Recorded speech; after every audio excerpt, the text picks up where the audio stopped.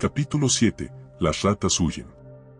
A pesar de la aparente solidez del imperio que Nell había construido sobre una base de engaños y crímenes, las grietas comenzaban a aparecer. Thomas Arrow, el juez implacable, no había cejado en su búsqueda de la verdad. Con la tenacidad de un sabueso tras la pista, había continuado investigando las incongruencias y los oscuros negocios que rodeaban a la ahora poderosa Lady Margaret Whittaker. Finalmente, sus esfuerzos dieron fruto. Arrow descubrió una serie de documentos sospechosos relacionados con la venta de tierras, escrituras con firmas dudosas y testimonios de topógrafos arrepentidos que confesaron haber sido sobornados para validar mapas fraudulentos. También encontró evidencias relacionadas con el barco El Martillo, aunque los detalles precisos de su venta a piratas seguían siendo esquivos. Sin embargo, la evidencia circunstancial apuntaba cada vez más a la culpabilidad de Nell. Preparado para presentar sus hallazgos ante las autoridades coloniales, Arrow reunió todos los documentos y testimonios en un legajo cuidadosamente organizado. Su intención era exponer a Lady Margaret Whittaker por lo que realmente era, una estafadora despiadada y una criminal. Sin embargo, la noticia de la inminente presentación de pruebas llegó a oídos de Nell a través de su red de informantes, tejida con sobornos y favores. Consciente del peligro inminente, actuó con rapidez y determinación. Utilizando una parte de la vasta fortuna que había heredado de Sir Edmund, sobornó al impresor local de Williamsburg, un hombre codicioso y de escasa moral, para que destruyera la edición del periódico que contenía un artículo detallando las acusaciones de Arrow y presentando las pruebas recopiladas. La noticia fue silenciada, la verdad, momentáneamente sofocada. Pero la amenaza que representaba a Arrow persistía, como una espina clavada en su costado. Fue entonces cuando la lealtad, un concepto ajeno al mundo de Nell y sus asociados, demostró ser una mercancía volátil. Silas Crowe, su socio en tantos fraudes, sintió la creciente presión de las investigaciones de Arrow y temió verse implicado en la caída de Lady Margaret. La perspectiva de pasar sus días en una prisión colonial o, peor aún, colgado de una horca, lo aterrorizaba. Movido por el instinto de supervivencia y la codicia, Crowe urdió su propia traición. Contactó en secreto a agentes holandeses, rivales comerciales de los ingleses en la región, ofreciéndoles información detallada sobre todos los fraudes de Nell, desde las ventas de tierras hasta el asunto del barco.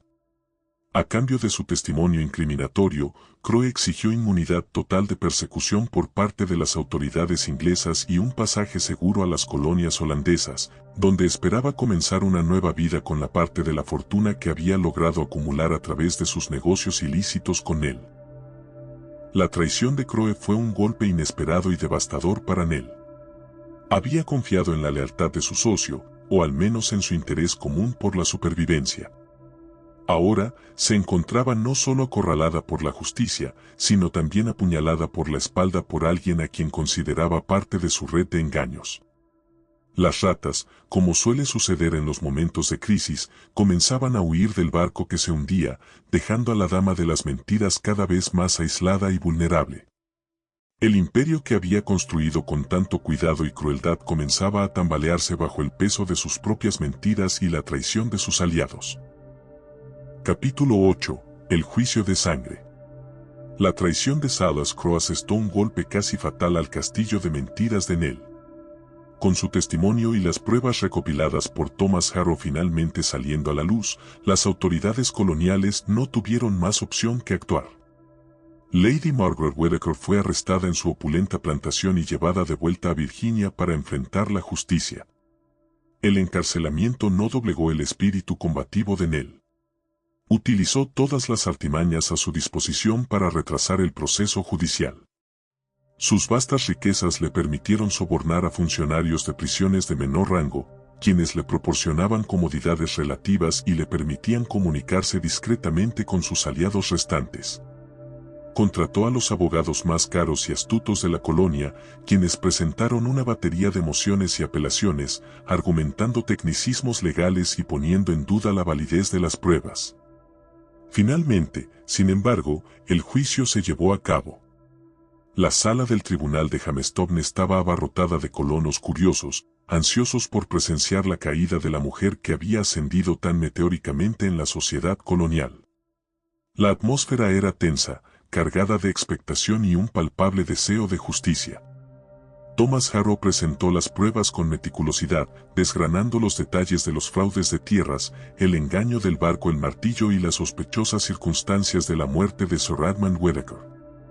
El testimonio de Crowe, aunque manchado por su propia traición, resultó condenatorio, proporcionando detalles internos sobre los esquemas de Nell y confirmando la autenticidad de los documentos falsificados. En su defensa, Nell desplegó todo su talento para la manipulación y el engaño. Negó vehementemente todas las acusaciones, presentándose como una víctima de la envidia y la difamación. Desacreditó el testimonio de Crowe, pintándolo como un criminal resentido y un perjuro. Sus abogados intentaron sembrar dudas sobre la validez de las pruebas de Harrow, alegando imparcialidad y fabricación. Pero el momento más dramático y escandaloso del juicio llegó cuando Nell, con una teatralidad calculada, se giró directamente hacia el juez Harrow y lo acusó públicamente de violación. La acusación, lanzada con una mezcla de indignación fingida y lágrimas convincentes, resonó en la sala como un trueno. La multitud jadeó en shock e incredulidad. La estrategia de Nell era clara: desacreditar a su principal acusador, sembrar la duda en la mente del jurado y desviar la atención de sus propios crímenes. Funcionó, al menos temporalmente. La reputación intachable de Harrow se vio empañada por la acusación y la atención del público se centró en el escabroso escándalo. El juicio se sumió en el caos, con testimonios contradictorios y un ambiente cargado de sospecha y confusión. Sin embargo, la verdad, aunque momentáneamente oscurecida, no podía permanecer oculta para siempre. Harrow, aunque herido por la calumnia, mantuvo la compostura y presentó pruebas irrefutables de su integridad y la falsedad de las acusaciones de Nell. Lentamente, la balanza de la justicia comenzó a inclinarse nuevamente en su contra.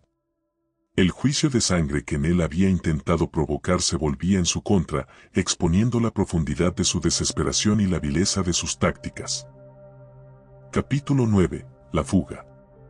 La estratagema desesperada de Nell, la acusación de violación contra el juez Harrow, había logrado sembrar confusión y retrasar el inevitable veredicto, pero no había cambiado el curso de la justicia. Las pruebas en su contra eran demasiado contundentes, la red de sus engaños demasiado vasta y evidente. Sabía que su tiempo se agotaba, que las paredes de su celda se estrechaban a cada hora que pasaba. La horca, sombría y amenazante, se cernía sobre su futuro. Con la astucia que la había caracterizado durante toda su vida, Nell comenzó a planear su última jugada. Durante su encarcelamiento, había logrado conservar algunas joyas valiosas, hábilmente escondidas en los dobladillos de sus ropas y cosidas en el forro de su corsé.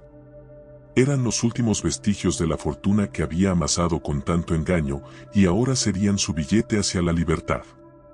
Observó a los guardias, estudiando sus rutinas, sus debilidades, sus vicios. Uno de ellos, un hombre corpulento llamado Silas, una ironía amarga que Nell no dejó de notar, mostraba una marcada afición por el ron y una codicia apenas disimulada. Nell lo eligió como su objetivo. Durante varias semanas, Nell cultivó la amistad de Silas, utilizando su encanto manipulador y su habilidad para leer las necesidades de los hombres. Le contaba historias de su pasado opulento, dejando caer insinuaciones sobre riquezas ocultas. Finalmente, en una noche oscura y tormentosa, le ofreció un trato, una bolsa llena de brillantes joyas a cambio de su ayuda para escapar. La codicia brilló en los ojos de Silas, más deslumbrante que cualquier diamante. El plan se ejecutó con una precisión sombría. Silas, aprovechando la oscuridad y el caos provocado por la tormenta, facilitó la fuga de Nell. La condujo por pasadizos secretos y puertas traseras, hasta que finalmente la dejó en las afueras de Jamestown, con un caballo robado y una pequeña bolsa con provisiones. Nell cabalgó sin descanso hacia el sur, con el corazón latiéndole salvajemente en el pecho. Su destino era el territorio español de Florida, un refugio para fugitivos y forajidos, donde la jurisdicción inglesa no alcanzaba. Sabía que no podía permitirse ser reconocida. La notoriedad de Lady Margaret Whittaker la precedería. Al llegar a la frontera española, Nell se transformó. Se tiñó su característico cabello rubio de un negro azabache utilizando tintes naturales que aprendió a preparar de una anciana nativa americana a la que encontró en su camino. Adoptó el nombre de Elena Vargas, una supuesta viuda de Sevilla que huía de las turbulencias en España.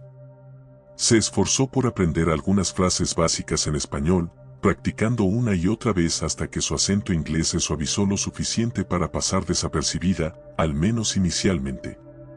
Su nueva identidad era una capa más en el elaborado disfraz que había construido a lo largo de su vida. La dama de las mentiras se desvanecía, dando paso a una nueva impostora en un nuevo territorio, con la esperanza de que el pasado quedara enterrado bajo el sol implacable de Florida. Gracias por quedarte hasta el final. Suscríbete para más capítulos.